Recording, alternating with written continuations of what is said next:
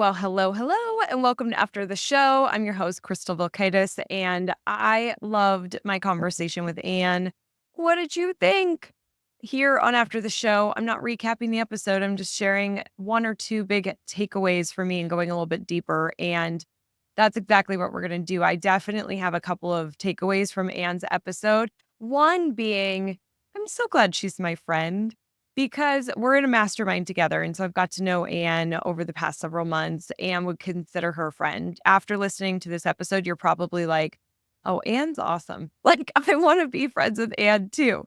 Such an inspiration, such an incredible story of resilience. And I just love her jewelry and what she's doing today. So this is such a great conversation. If you haven't listened to it yet, go back and listen to it and then come back over here to After the Show. Now, my two big takeaways with Ann was really including yourself and being like weaving yourself into your business. What I mean by that is, as you listen to this episode, Anne talks a lot about her Japanese heritage and culture and the things that she wants to bring into her pieces and the things that she believes from her history and from who she is. And so often, because I've been teaching social media for over a decade, so often I see retailers and businesses that just do the same thing all the time and just promote their products or promote their store. And it's very vanilla. It's very just the same thing. They have fears around having their own personality or doing things the way they want to do it.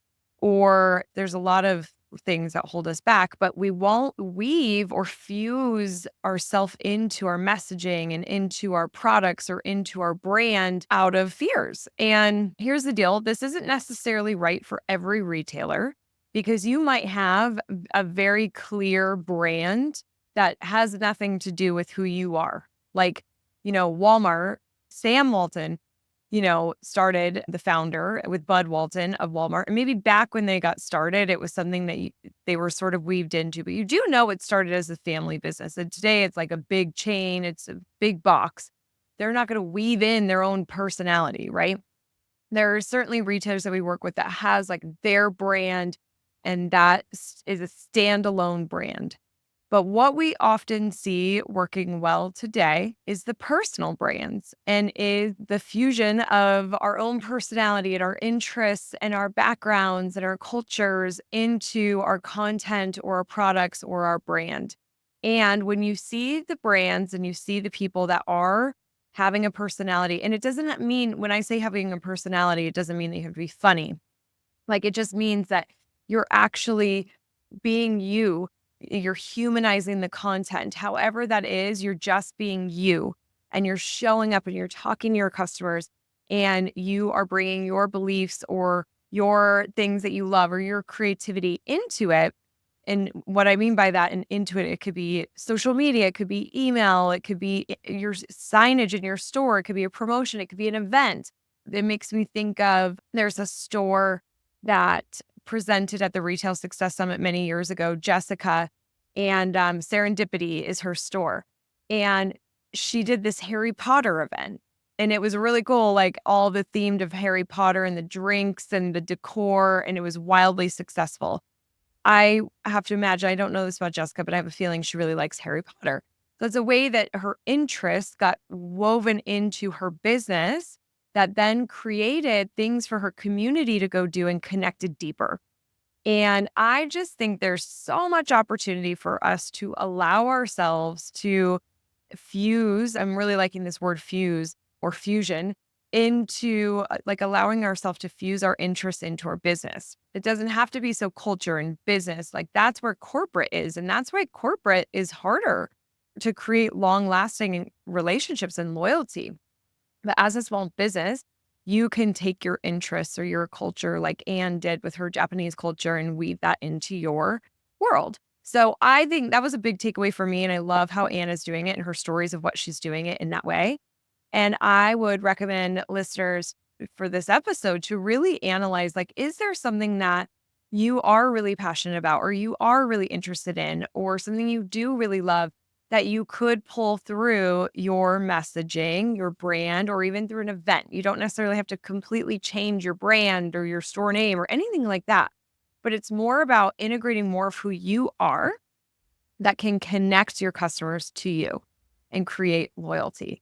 Now, speaking of loyalty, that is my second big takeaway from Ann's episode. She is doing a really cool loyalty program around membership. And in my opinion, I've felt this for years. I just think that retailers have such an opportunity to offer a membership. Subscription boxes are an example of a membership, but that's like a whole different revenue channel. Like you'd have to create a whole new product around that.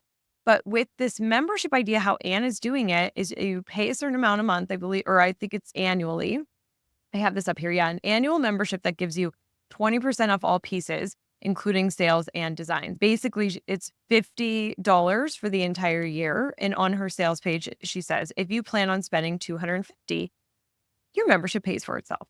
And so I love this because it makes the customer feel like a part of something.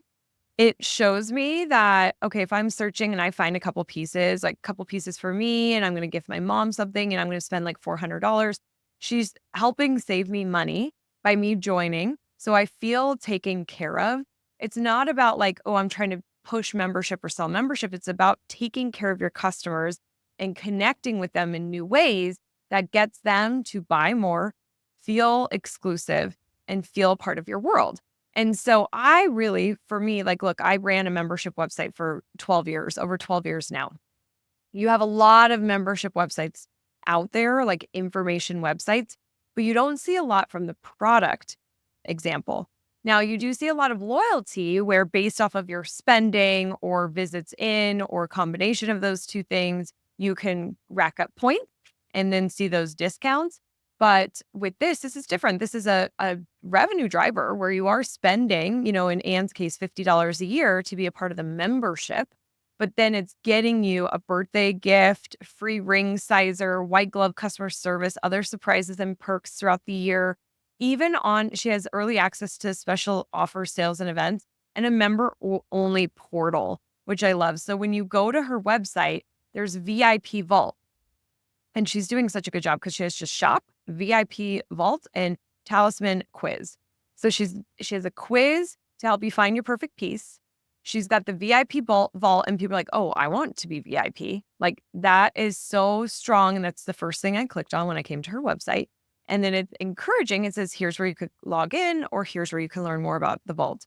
So I just think she's doing a lot right with this membership, what she's offering, her titling of it, like awesome job, Ann. And I think there's a lot of opportunities for retailers, our listeners, you possibly listening to this, to offer a membership. And maybe membership isn't right for you. Maybe it's more about the loyalty program. Like I mentioned, a certain amount of purchases gets you discounts, or a certain amount of times in gets you saving. And that's a perfect transition for our guest that's coming up on Sunday. Our next guest is Nick McHenry, the founder of One Shop Retail. He's got a loyalty platform. And in that episode, we talk a lot about loyalty. And in fact, I just listened to that episode again this morning. Holy cow. Nick, he has so much energy. He's talking about so much. Like we cover a lot in that episode. So I hope you get to tune in. But it's a lot about loyalty. So it's perfect timing coming off of this episode with Ann and how she's doing her loyalty through her membership and what she offers. And I think that there's a good opportunity for you. So maybe you're looking at membership, maybe you're looking at loyalty. Definitely listen to Nick's episode because you're going to get additional ideas from him too.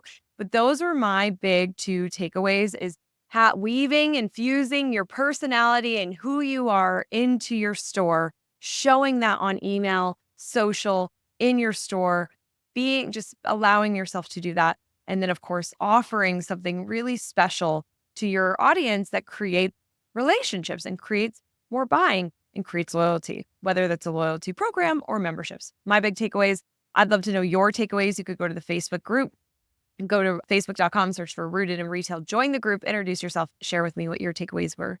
And I'd also love to know, do you have a membership?